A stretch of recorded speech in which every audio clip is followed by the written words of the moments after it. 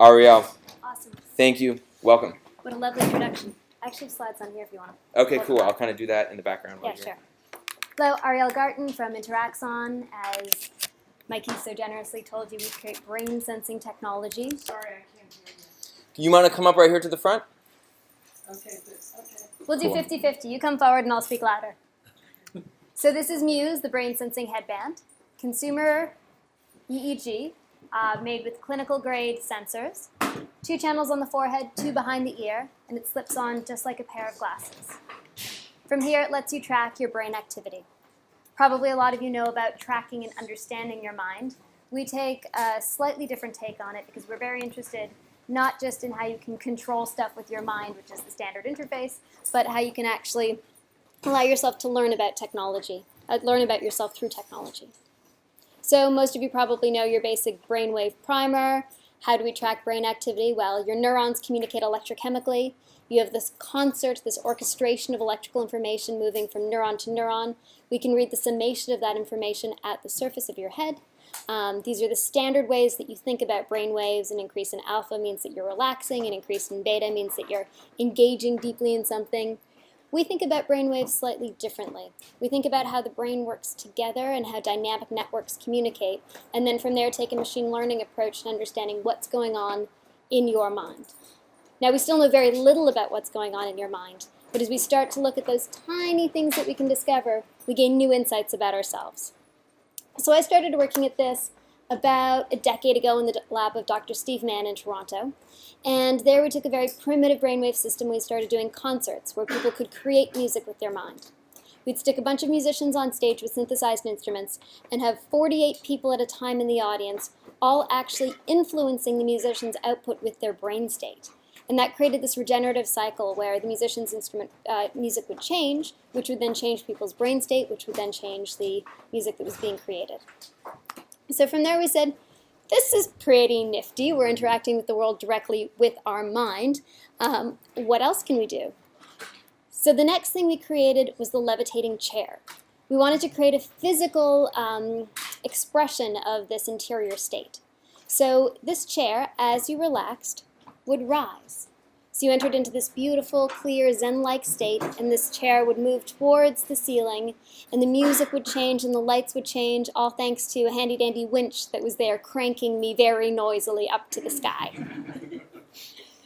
So then when 3D technology started to become a big story and you had 3D TVs everywhere, we said, well, we know how to make experiences that are really immersive. This isn't just about projecting the z-axis out into space towards you. This is about putting yourself inside of the experience. So we created this stereoscopic 3D experience where the aspect of the data on screen actually changed based on your state. So as you would begin to relax, the birds would slow down, almost as if you were stopping time. As you became very focused and engaged, you would change the weather and it would start to snow. And subtle aspects of the background, like the lighting and the sound, would change moment to moment based on where your brain state was at, giving you a holistic reflection of your internal experience. Then we got a really amazing opportunity. The Canadian government came to us and they said, so the Vancouver 2010 Winter Olympics are coming around and we want to do something really, really, really big. So we worked with them to allow people to control some lights on some really, really, really big things. The CN Tower, the Canadian Parliament buildings, and Niagara Falls with their mind from across the country. So over the 17 days of the Olympics, 7,000 people got to individually interact with these massive icons using thought alone. So what you would do is you would focus on the CN Tower. Actually, we had a big 16:9 screen that was streaming data from the tower, the falls, or the Parliament building in real time, so it was as if you were there. We would have that streaming towards you in Vancouver, which for all of you who don't know is about 2,000 miles across the country. And you'd be able to, in real time, affect the lighting on these icons. So we'd have people sitting there calling their kid in Toronto. Actually, I did this. I called my mom. I sat down in Vancouver. I looked up at the screen and I said, Mom, go to the edge of the driveway. Please look up at the CN Tower now. I'm going to make it spin and turn pink for you. And she did, and I did, and she did, and she started crying, and I started crying, and it was really lovely. This was our installation inside of the Parliament, inside of the Ontario House. So from there, we've figured, okay, we've controlled these really, really, really, really, really big things. What else can we control? So we set about to make things like thought-controlled slot car machines and thought-controlled toasters and a brainwave-responsive environment, all the time thinking, okay, this is awesome, we're going to control stuff with our mind. And then we sort of came down to reality. In reality, what you can do with this technology right now is very, very basic. The control that you can actually have over an object is sort of, one-dimensional dimmer switch. And what you can create is really phenomenal. It's the first time people's brains actually touch an object in the real world and interact with it, but it's not really the best use of the technology. So we sat back and we said, okay, well, what is the best use of this technology? And for us, it was really around letting people understand their own internal state, letting you for the first time touch your own mind and open up this window into your mind so that you can learn what's going on. There's obviously also applications in epilepsy and healthcare and ADD. The application that we have spent the last 2 years developing is around mindfulness and meditation. So I'm actually going to hand the stage over to Jay now, and he's going to take you through sort of some of the thinking behind what we've built. All right, thanks guys. So, redirecting the applause to, because I don't want to take that. So, what I think one of the most interesting things about this sort of subjective conscious perception that we're all experiencing right now is how it's largely a product of everything that's come before it. And so what I want to tell you a little bit about is my story and how this conscious being became what it is now, and where it interacted with Interaxon, and where I met Ariel, which was about a year ago, and we started to work together on this project. My role at the company is I'm the interaction designer. I focus on the user experience. I do a lot of research with real people and try to make sure the subjective experience of the product is something that actually does what it claims to do.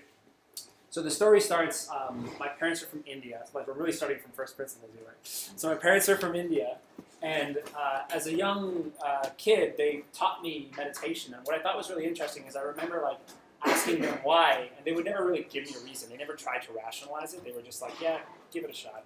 And I guess intuitively I didn't really get it, but I do remember in my teenage years kind of trying it before exams. So I think I had some kind of understanding of its relationship to cognition. And later when I studied neuroscience, I understood that that was actually very much the case.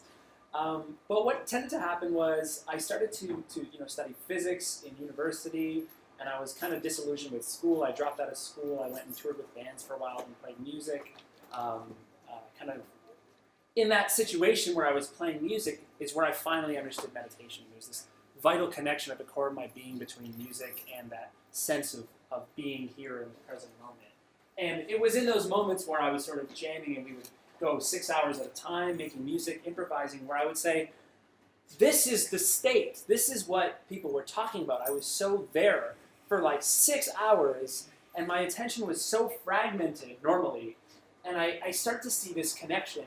And then after the band thing, I started working in user experience in a more sort of corporate scenario. I was working on mobile apps, website apps, clients like Cirque du Soleil, insurance companies, healthcare, statistical databases.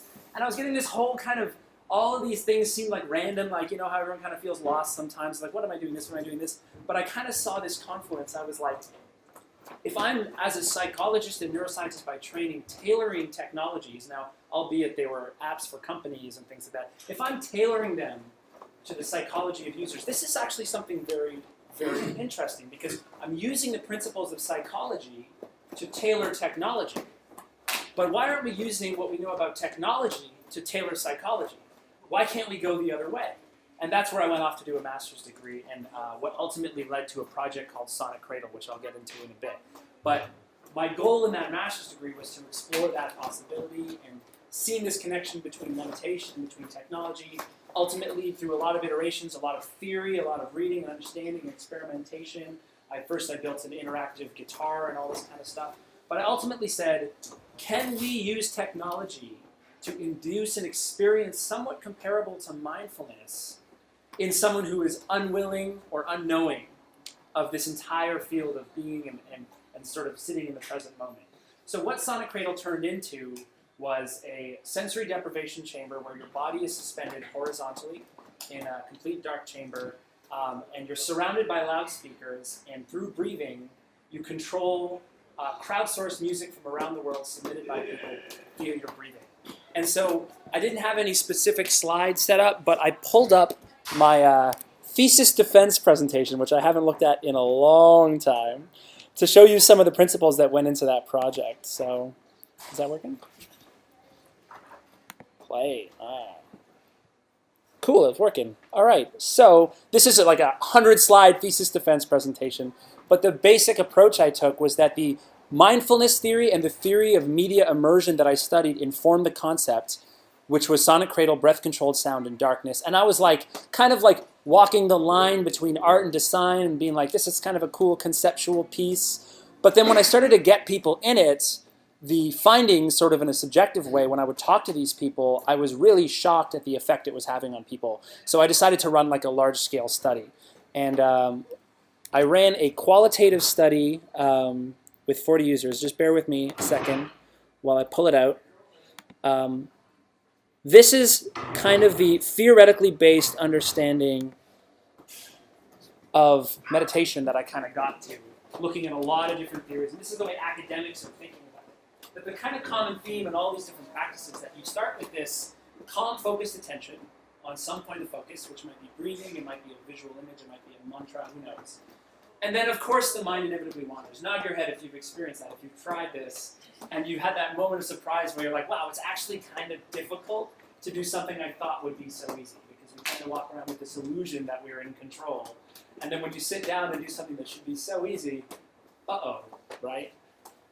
And then the experienced practitioner is able to identify that distraction and actively return to a calm, focused attention. Now, I've highlighted this in red because the experience, both academically and personally, and I know all of you will nod your head to this if you've tried, when you first start this kind of practice, the big challenge is judgment. Is that every time you get distracted, you're like, oh man, I suck at this. Oh man, this is not for me. Oh, I wish I could one day be a monk, but that doesn't look likely, right? And it's that kind of judgment that seems to curb the initial experiences, the initial attempts to learn something. Now, as a cognitive psychologist who understands like theories of education all the way back to Piaget, we know that like that's not the way to learn something. Teachers work all day to try and find effective ways to teach something. And like imagine, I'm here teaching math class and I'm like, what's 2 plus 2? And some kid's like 5 and I'm like, no. Totally wrong. You suck. It's terrible. You're terrible at this. You'll never be good at it. Because that's what we do to ourselves. And it's just, how are you ever going to learn? So the question became, can we use technology to get over this hurdle? And this is where it becomes a design problem, a user experience design problem, a human-computer interaction design problem. Can you use technology to design around the feeling of judgment? And that's where Sonic Cradle comes in. So let me find the next relevant slide on the fly here. A nice picture of training wheels. Think about that metaphor for a bit. It's training wheels for meditation, getting you over that first hurdle. There we go. So here's a picture of me in the system back when I had a lot of hair on my head. It's pretty dark, hard to see, but that's because it was a sensory deprivation chamber. In fact, the only light there is for photographic purposes. But I've highlighted in red 4 speakers. There's also a giant subwoofer under here. And when building this thing, I was playing around with sound algorithms, I was playing around with sensors, and this is long before I even knew Interaxon existed. I played with a bunch of EEG sensors, and this was maybe 4 years ago.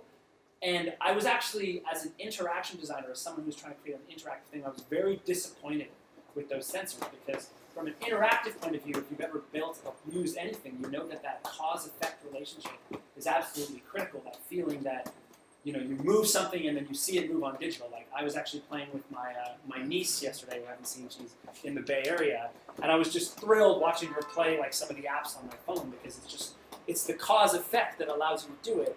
And that principle is how we play with each other as well. The conversation is social. There's a lot of great research out of Stanford about the social relationships we have with our technology. It seems to be a very social thing. And I was disappointed because EEG technology, as exciting as it was, didn't have the responsiveness, and I didn't feel like it was an adequate solution for this design problem. So what I did is I decided on a respiratory sensor, and I have one more key slide here. Maybe 2. Actually, let's go with 2.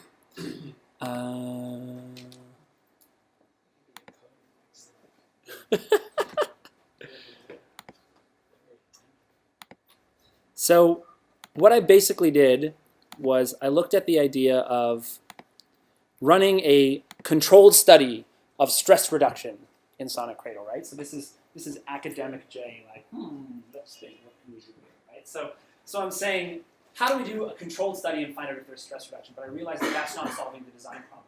I'm not trying to build a chamber that someone's just going to have in their house and they're going to be less stressed. I'm trying to build a gateway drug for meditation. I'm trying to build motivation. I'm trying to build training wheels.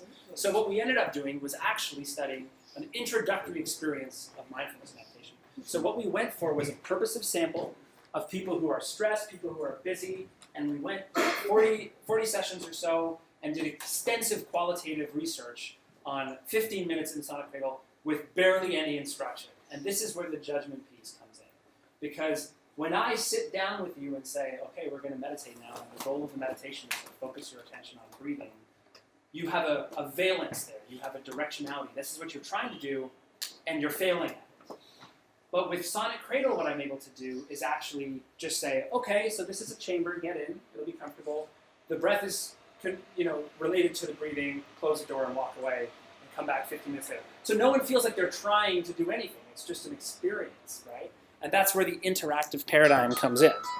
So, sorry about the wrestling through these slides, but I think it helps to take a look. This is the version of that other slide I sent, which is the academic perspective of meditation, but my flashy red arrows are talking about sonic cradle. So this is what the experience looks like in sonic cradle. I can see some of you already sort of jumped to the conclusion, but I'll go through it anyway. Calm, focused attention on breathing. Now, I never told anyone to focus on their breathing, but I told them that they're wearing breathing sensors and the sound is related to their breathing. So the same way you pick up the PlayStation controller and you're like, okay, how do I play? The first thing that's going to happen is like, okay, how do I play? Attention on breathing. Okay, how do I play? And then you take a deep breath and the subwoofer's like, and then you like breathe up and then there's sounds and like, the crowdsourced sound idea was people had like muffled poetry and there was like radio dials and like, you know what I mean? Like all kinds of weird stuff coming in and you're like, what is going on? Also, you're suspended in a hammock and you can't see anything. The sensory deprivation, the barometer uses that if your eyes are open or closed, they look identical, like total blackness. So people start playing with this, but it's not that engaging. This isn't like, an amazing movie or something. It's kind of an abstract sort of thing. So about a minute in or 2 minutes in, depending on the people and their self-reports, you start to be like, okay, I'm done with this. This is weird, whatever. And this is where breathing gets interesting in terms of design because, okay, so now I'm not paying attention to my breathing, but that doesn't mean I'm not breathing. So that changes my breathing because autonomic nervous system takes over breathing, which in turn changes the sound. So I start thinking about dinner and that pretty girl and whatever, and then I hear boom, and I'm like, oh, how did I do that? Okay, wait, that was my breathing. I must have breathed in one way or another. And then I'm like playfully, can you see the loop? I'm playfully going back into my breathing because the sound rumbles and changes, and I know that it's connected to my breathing. And when I test it, I'm absolutely sure it's connected to my breathing because it is. And so at the same time, I'm doing the same loop as an expert mindfulness practitioner, but without this judgment. So without that feeling of failure, because I was never told that I'm supposed to focus, instead I'm just curious about the sound, and that puts me back into my breathing. So, okay, interesting idea, interaction paradigm. This is me as a HCI intellectual trying to flex my muscles, and I'm like, okay, maybe this will be an art installation. Maybe it'll make some people relax, and maybe I can write a thesis and get the hell out of this grad school, right? But then I started actually testing it on people, and I was very, very surprised as to what happened. So let me pull those slides up. So I'm not going to bore you with all the methodological things because this is a thesis defense presentation that had to really make it bulletproof. But basically, we used 3 independent qualitative coders to code all the interview data, which we transcribed, long interviews with people about the experience they had. They didn't know anything other than what I told you before. They spent 15 minutes. We categorized it. We used only the themes that all 3 analysts pulled out of the data. So we didn't use any tertiary themes, which is like one person saw this theme. We didn't use any secondary themes, which is 2 of the 3 people.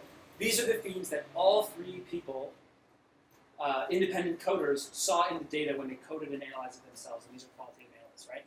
So these are the themes that came out, and they're a little bit shocking. So you've got a relaxing, refreshing experience. People like that was really relaxing and refreshing. A feeling of floating. An initial tendency to explore the control paradigm, kind of like when you pick up a PlayStation controller. An eventual transition to less intentional control, Imagery and visual experiences. What? An expressed desire for more. They wanted to do it more. Bodily sensations. This is a really big one. Clarity of mind, reduced thinking, and sort of emptiness. A distorted sense of time. Positive emotional responses. Intense engagement with the sound. Some people actually compare it to meditative practice because we didn't screen for that because that would give people a hint of what this is all about. A semi-conscious sleep-like state.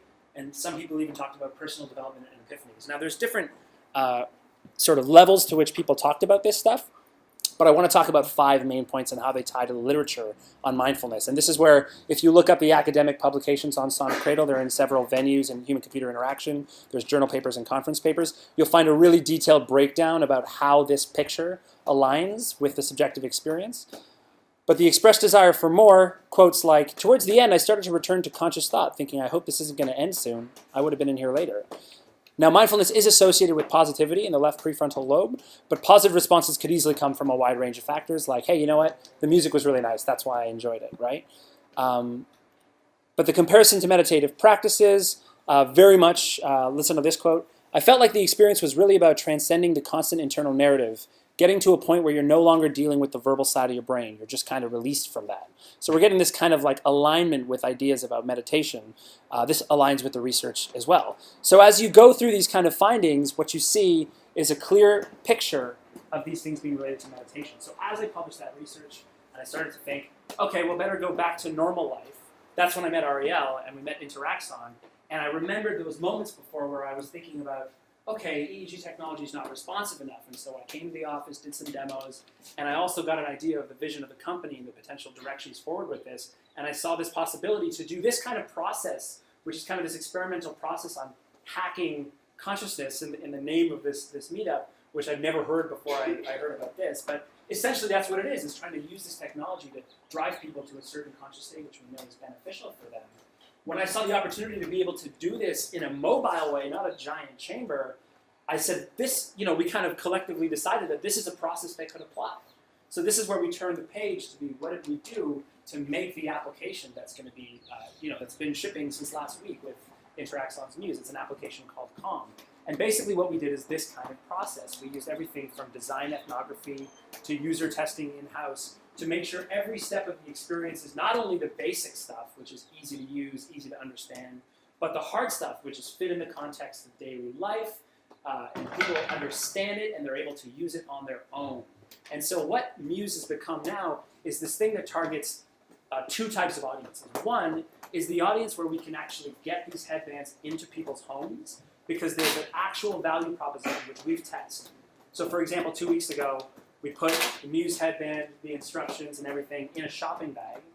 And this is, we professionally recruit people who don't know anything about hacking, don't know anything about engineering, don't know anything about neuroscience, aren't meditators, don't even think about that kind of stuff.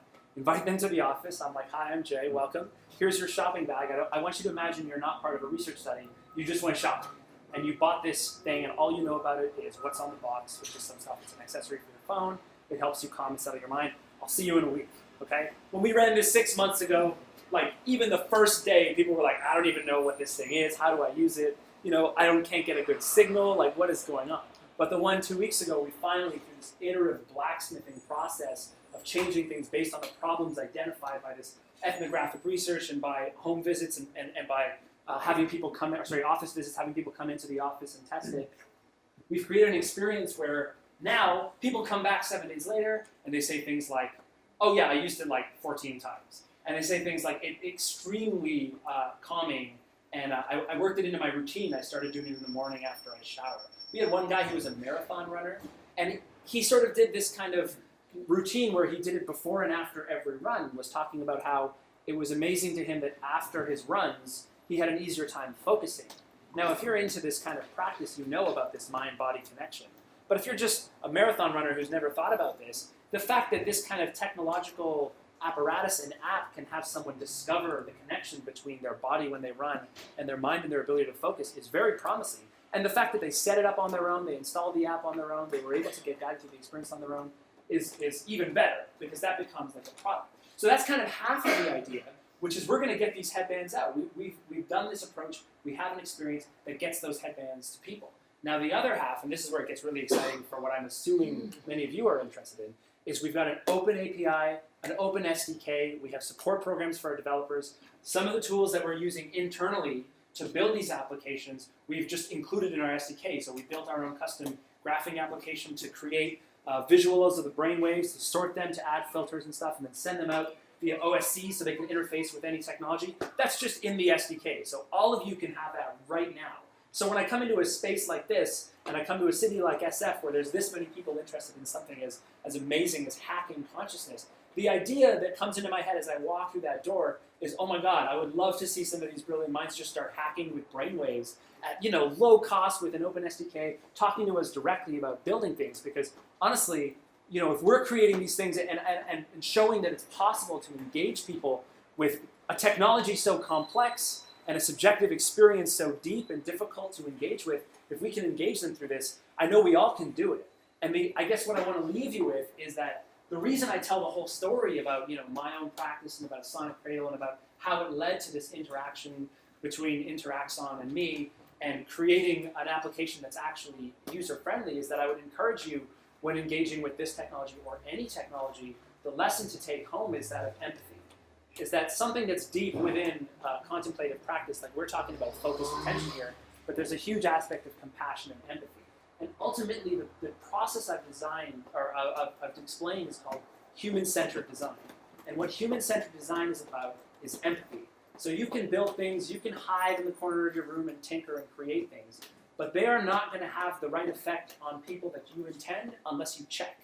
And the way you check is by getting out there, even informally, or you can be more formal like I've been, and getting out there and making sure people try it and making sure it has the desired experience, listening to their feedback and what they want, what they don't want, and the way it interacts with them, and using that empathy muscle that you have as part of your practice, as part of your daily understanding.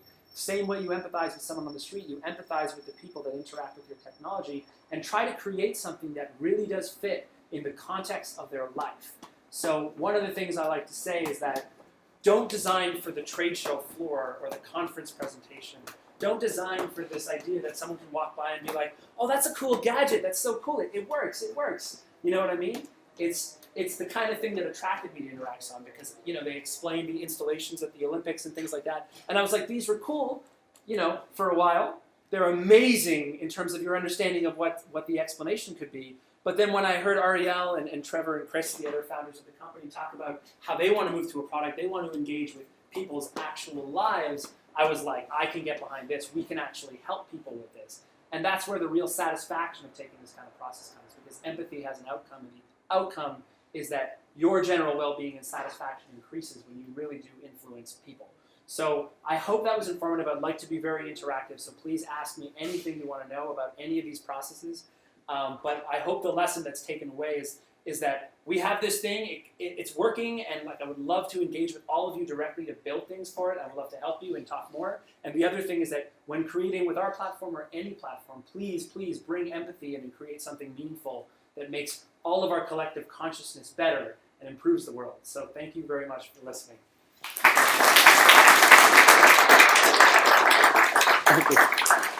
There's some questions? You can direct questions to Jay and to Ariel. So Yeah, sort of sure. open Q&A. We've got 10 minutes before they have to be on the road, so we'll try to make your questions sort of quick and to the point, and hopefully we can get through a lot of people. Sure. What's the availability like at this point? I looked at this stuff last year when you it seemed like it was pretty far off before it was going to be available. We actually just started shipping May 1st. So anybody who orders now will get it in the next probably 4 weeks, just rolling off the line and into your mailbox. You can download the whole API and SDK online. Where's your home base? We're in Toronto. Come visit. Canadians. Yes, Great city. You guys do processing of the EEG data? Or, of course. So what kind of metrics do you provide? So we give you raw brainwave signal for anybody who wants to do that. We give you processed brainwave data and bandpass. We have your basic, attention and relaxation algorithms. And then we also have our own algorithm for meditation. And then over time, as everybody builds more algorithms, we can aggregate and share. Yeah, I think a huge part of this space has been people have really tried to productify it and not acknowledge the hacker community. So like they've baked certain algorithms into it. The headband and the hardware actually sends out the raw data. So we have an in-house R&D team that's working on like our magic algorithms to make our applications happen, and we encourage anyone from research labs, academics, to hackers to do the same. It's just raw data that you can play with, but we have all the tools to filter it. I just had an idea when you were talking about the metrics of the processing. What about like like when you do math, you're using your like prefrontal cortex or whatever. Like when you have a heart rate monitor, you want to keep yourself at such a heart rate so that you're actually working your heart. What if you could do that with certain parts of your brain to develop and strengthen those parts of your brain? We want to help you build that. specifically? We want to help you build that. It's Well, totally. that sounds like what you have there. Well, You could do that. yeah. You just, Yeah, so the algorithm that we've optimized is for a specific kind of focused attention training. When you look at learning environments and EEG studies that are run, the most common sort of algorithm that's used is one of engagement. And when you reinforce kids for engagement in a learning environment, and the algorithm for engagement is very basic at this point. It's typically used in literature. It's like basically beta over alpha. And when you're able to do neurofeedback to reinforce in real time, you see improved learning when kids are able to upregulate beta over alpha. the waves. Yep, very nice. So yeah, you totally got it. 7 sensors, 4 channels. And there's also 2 secret expansion ports at the back. So you can drop it down to get full EKG or also get more EEG from C3, C4, anywhere. Yeah, I went to the Eurogaming conference Mhm. and I was trying on the various headsets with different games and pieces of software. And the big question that came to my mind was how great an agreement there is between different manufacturers and people working in this area as to what really constitutes a focused mind or a relaxed mind. Are you using the same patterns of No. brain waves, or do you all work No. with different definitions of what it really means? So there's been a huge misunderstanding that's been propagated, which is that focus is beta. So if you look inside the neuroscale algorithm, it's essentially beta waves, and it's called focus. When you look at more recent literature and a whole bunch of the studies that we've done, what you discover is that beta is essentially frontal processing. So when I ask an art student to do a math problem, I'm going to see a huge spike in their beta waves. When I ask an engineer to do the same math problem, I actually first realized this when I asked Steve Wozniak to do the same thing, you see their beta waves increase slightly and you see an increase in alpha. Because for an engineer, a math problem is not about frontal processing, it's about a different kind of focus that becomes an autonomic process. So when we think about brainwaves and focus, what we're actually thinking about is a whole bunch of stuff, but there's a chunk of literature around alpha activity as an increase in focus, which is not typically what the word that's used, because alpha is an increase in a decrease in sensory processing. So you're actually reducing the sensory processing of the world all around you, which by inverse means that you're focusing on one single thing in front of you. Slowing time down like the athlete, I guess, kind of like in the now, like you're focusing but in the now. Like, Yeah, so you're not overprocessing, you're not thinking, you're not distracted. You are focused. So when you look at work of like Steve Jensen, Ole Jensen, and other folks, it's really now around alpha as focus. There's a second element too, right, which is based on the literature, and we're looking at the modern research on what this is. But as part of that empathic iterative design process, we're also getting user feedback about their subjective reports about what's actually responding to focus and distraction, and using that to tweak and tailor and A/B test our ideas so that we can, make sure that it's not only correct in terms of the literature and the right kind of training, but it also feels responsive and helps people go through those subjective conscious loops that constitute this kind of experience. Now, just one. Currently, if you put on different headsets, you Yeah. need to practice or become really skillful in somewhat different ways with different headsets. Is that it? But So- that would be hard to conclude on, I think. So, everybody's reinforcing slightly different brain state. We don't look at alpha particularly. We look at a bit of alpha, and then we do some really fun, complex machine learning that's understanding your brain from moment to moment. So everybody's got their own approach, and it's definitely a question. Like, there is a definitional issue here, because something that you call attention from one person is not actually attention at all. It's not actually focus at all. So we're very, very early on in this business and in this community, trying to get our language and our definitions correct. So my question builds on what this gentleman said and what this gentleman referred to. Mhm. So what is your working definition of consciousness? and that would answer those for me. Well, I don't mean, think what there do is you a simple mean when answer you to use that. the word consciousness? Jay, do you want to take this Yeah, one? absolutely. So I'd like it if you take it. No, I really mean that. I don't mean to be rude. Because you're really involved in it, and the way you talk, I bet it would be interesting what you would say, because where your focus is. And that's So- not consciousness. So Focus I is don't not- actually think of, when I think about this, I don't actually think about it in terms of consciousness. I take a very neuroscientific approach, and we look at, words like attention. We look at words that have some definition in the literature, like meditation. We look at studies that we've done, and we say, okay, let's put 50 people in a room, and let's have them meditate, and let's track what happens to their brainwave activity. We see, an increase in alpha. We see an increase in theta coherence. There's a set of things that we see. I understand. yeah. I hope everybody else would. But she's not thinking about consciousness. I do not think about consciousness. I think What is the what's tweet your- from this. What's your That's definition amazing. of consciousness? So consciousness is a much, much bigger question than something like focus, which I think you rightfully pointed out, right? So consciousness is A number of people pointed. yeah, so consciousness is a very big thing, right? So when we talk about consciousness hacking, we're talking about a very large field. So in a lot of ways, everything is affecting your consciousness. Like when you got your smartphone, it was affecting your daily consciousness for sure. No, Absolutely. that's not a definition of No, I'm not defining it. I'm saying absolutely everything is affecting your consciousness. So when we actually try to build an application, for example, to enhance your focus, to calm and settle your mind and things like that, the questions are about those particular attributes. I mean, if you want my I was personal only curious philosophy, your definition Yeah. of consciousness. absolutely. I mean, I believe in the primacy of subjective experience in the sense that consciousness is something that's very unique to all of us, and it's sort of the manifestation of just the sum total. So in the sense that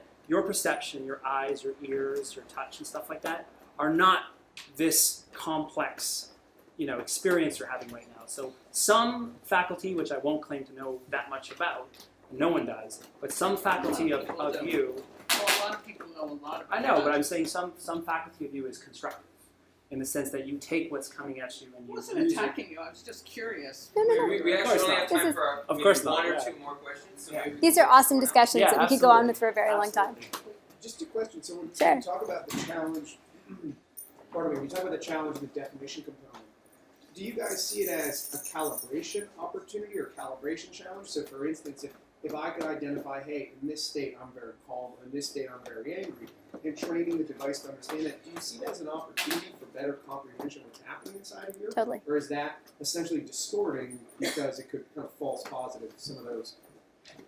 I'm trying to understand the difference between, you have these waves that's so ambiguous what they're actually saying, but you have emotions, you have feelings that are a little bit more discrete and clear.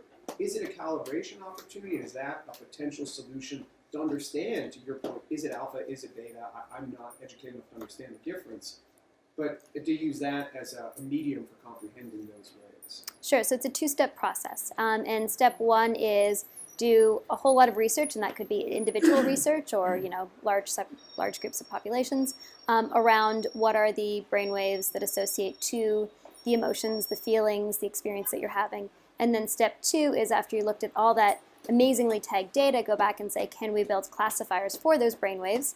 And then step three, now that we've got a ground truth, can we then use that to reflect back to people? So we've done that in some small areas, and we've made, I think, some pretty great strides in very defined domains. There is an entire range of experiences that we have yet to do, that anybody has yet to do that for.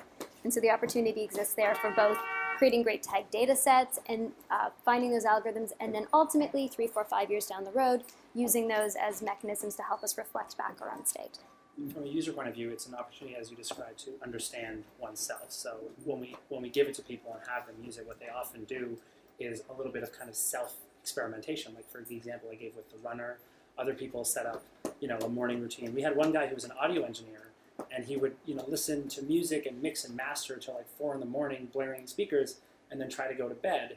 And so I think the third day of a 7-day study, he tried doing it at 4 a.m. after that, and he found that it really helped him sleep.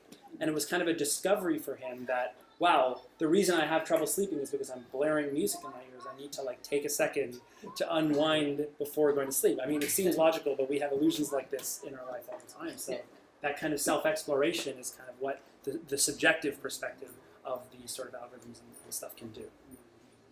Yeah. Well, you're sort of in dry sensory EEG land here, Yep. probably people right in this room developing similar devices. So my question is, how are you going to set yourself apart from your competition as you go forward beyond just a calmness application and going in this direction? Where do you see yourself taking this technology? Sure. And so I think it's also important, we have this term that we use that's competition. I think it's a really stupid term. There's a massive problem to solve here. Understanding the mind is not simple, and it's not just one person, and like nobody has ownership over understanding of somebody's mind, nor should we. So I really would like us to continue to use the word like cooperation and friends and support and awesome research projects coming from lots of different people rather than the concept of competition. One of the things that we do differently, and we hope we've really contributed to the space here, is making a device that's incredibly easy to use and easy to wear and starts to take the technology out of research lab, out of gadget land, out of this awkward thing that's putting a big dent in my head and is really painful, and into this slim little device that slips on just like this, connects instantly to your smartphone or tablet, and gives, for what will be many people, the very first experience of your mind. We also have awesome signal processing backend, great SDK, and a really vertically integrated approach. Most people just make the hardware and wait for somebody else to develop, and then they wait for somebody else to make algorithms, and so you end up with this really fragmented ecosystem. So as we approach the space, we hope to create a platform that understands all aspects of this technology so we can really support you in developing it and bringing together something interesting to market and to the world. You mentioned, just the beginning of your presentation to talk about your project, and it's focused a lot on control using Interaxon. And I'm just wondering what parts of that have been able to make it into what we have in use now. So there's a give or take when you switch to EEG. So the original problems I had with EEG are starting to be solved by Interaxon, which is why I was able to switch over to the platform. The thing that breathing really allowed to do, and as I talked about in my presentation, was remove the problem of judgment, which is kind of like that training wheels thing where you engage with the sonic cradle a few times and you have some knowledge which you can use if you try to practice mindfulness or meditation later. What EEG allows us to do is there is inherently a tiny bit of judgment because you're trying to focus and the feedback gives you that feedback. But what it allows you to do is actually train. So whereas sonic cradle is something I view as like an introduction, what we're really building the calm application to do using the EEG sensor, taking advantage of the technical possibilities, but also addressing the technical limitations and the human needs and the user needs, is something that actually helps establish a routine in people's lives. And that's why I described the latest study I ran as our most successful to date, because now you give it to someone in a shopping bag and they want to self-experiment and establish a routine where they're training for this thing. We think a lot about subtle elements of gamification and motivation to make that happen. And EEG provides the very responsive and immediate feedback with a very kind of penetrating look at this problem, which is focus versus distraction, in a way that a simple breathing sensor could never do. I also wanted to touch back on your point before we leave it, which is like, what is the definition of consciousness and how does this fit in? For you. For me. I'm not a difficult person. No, you're a lovely person. It's a With an difficult incredibly... question. She's a smarty. It's just only her. So from my perspective, from the sort of like old school neuroscience perspective, we would often think about it in terms of the binding problem. So consciousness is the bringing together of the percepts of sensation, visual, thought, etc. into this one moment. It's one moment where it's galvanized. And back in old school thinking, the binding problem was often brought together by a gamma wave. So thought was there was a gamma wave that moved through, and everything that touched that gamma wave that was harmonized or synchronized by that gamma wave was bound together into the percepts of our consciousness, and that created the moment of consciousness. Thinking has started to drift from there without any great answers as to what the next solution is.